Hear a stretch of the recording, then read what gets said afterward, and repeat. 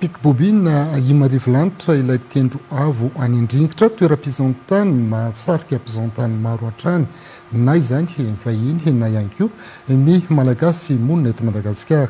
Pikbobi izay manana avo hatrany amin'ny 8,540 metatra enjakenjana miakatrano tsy vita ao anatin'ny fotoana fohy fa mitaky andro maromaro.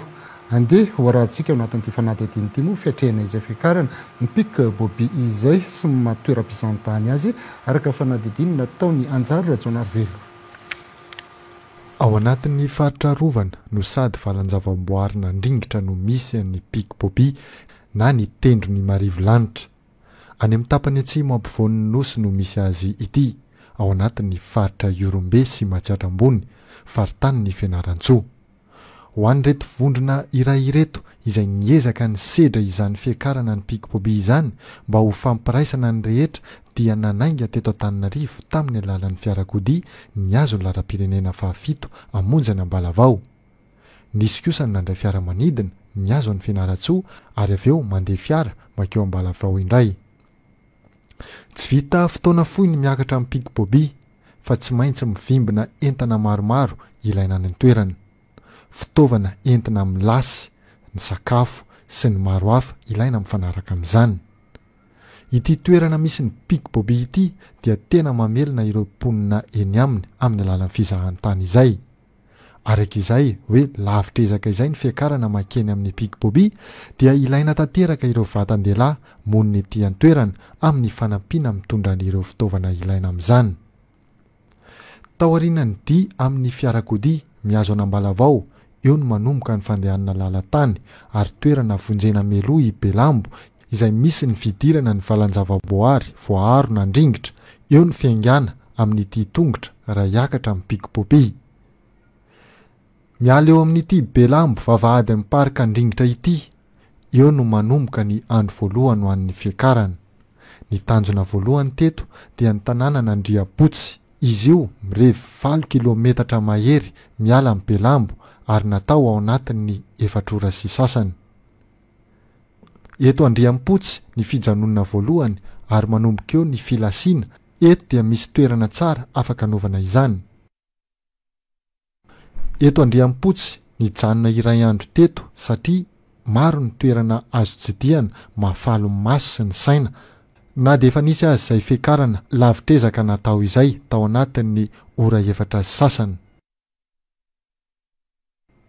Ny alin'io dia mbola nijanona teto Andriampotsy ihany ity vondrona mpitsangatsangana ity manomana ny dia manaraka ka tsy maintsy maka torimaso tsara. Teo amin'ny andro fahatelo indray dia hiazo an'ny Iataran'omby no tanàna faharoa hotratrarina amin'izay fiakarana amin'ny Pikbobi izay. Teo amin'ny andro fahatelo io niainga indray ary niazo an'Antaran'omby. Andriampotsy Antaran'omby zany izay mirefy 12 kilometatra natao tao anatin'ny adiny 5 ora. Eto Antaran'omby no fatoriana manaraka tsy maintsy mamelatra ireo fitaovana ilaina amin'izany filasiana izany indray ny rehetra. Ao anatin'izany rehetra izany mandritra ny alina dia mandeha ihany koa ny fampiravoravona ataon'ireo mponina tompon-tanàna mampifaly ny vahiny. Fizarana kolontsaina mampiavaka ny toerana no hita tao anatin'izany.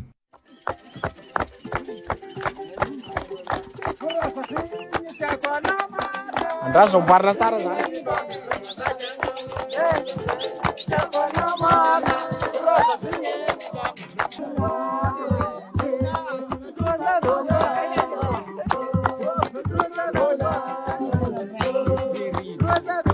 Ny maraina feno fahavononana hiatrika ny fiakara-miteza farany hahatratra ny tanjona dia ny tendro ny Marivolanitra na i Pikbobi. Tena hoe lavitra reraka nandritra ny tany aloha rehetrarehetra fa paraporo amin'ny azo antory sy ny zavatra hita tsy amin'ny daholo izany. Tonga taty moa mbola nanaovan'ny porteur sy ny guide fety jusqu'à minuit. Tena hoe tsy nahenona ininona intsony tsy te hatory nafinaritra. Afaka daholo ny arerahana rehetra. Sao nefa vao maraina fo amin'ny 5 tsy maheno ininona fa ça va be. Ale niakatra fotsiny somary mafimafy. Ale rano mikorina reny no tena namotivé be. Mais quand même à travers cette épreuve, si on peut dire ainsi, où il y a l'aventure, j'ai pu vraiment puiser au fond de moi-même. Et c'est tellement incroyable d'avoir pu arriver à bout de plus de 6500 mètres. Ny fanafanam-batana fanalana vokona ilaina atao tsara ihany koa hiatrehana an'izany tia manaraka hiaka-piakarana be hiazo an'ny Pic Bobby izany. 2, 1, relax, opposite side. 5, 4, 3, 2, 1, relax. Take your right leg forward. Miala eto Antaranomby, lalana mirefy 7 kilometatra sy sasany sisa no atao hiazo an'ny Morarano Tsaranoro, toerana farany manakaiky indrindra ilay tendro. Adiny 3 sy sasany no nanaovana izay alavirana izay tao anatin'ny fiakaram-teza ihany koa. Tsy nisy kivy fa izay marisika hatrany no tafita.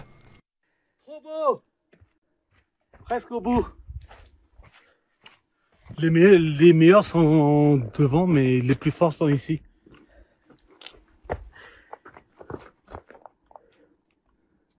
Magnifique.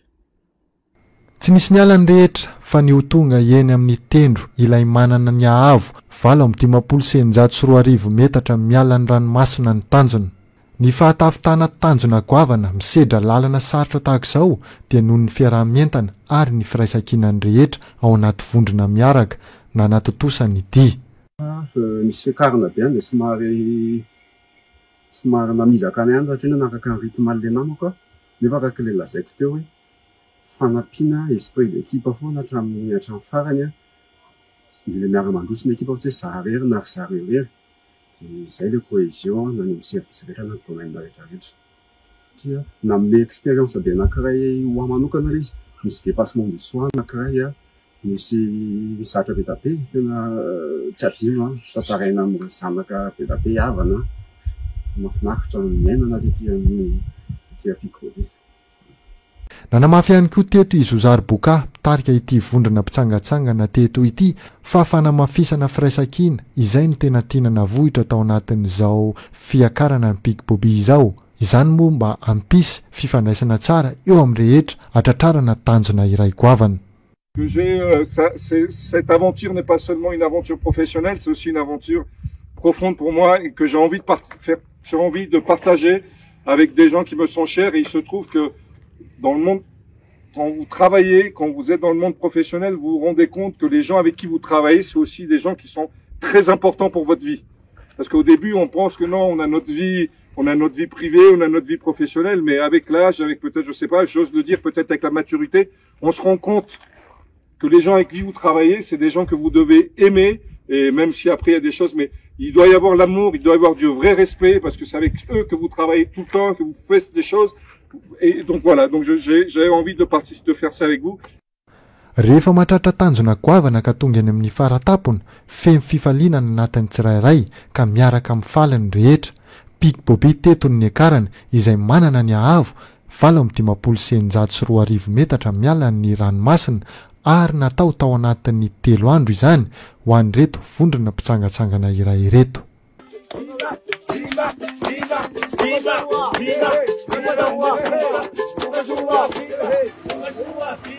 Hey, hey.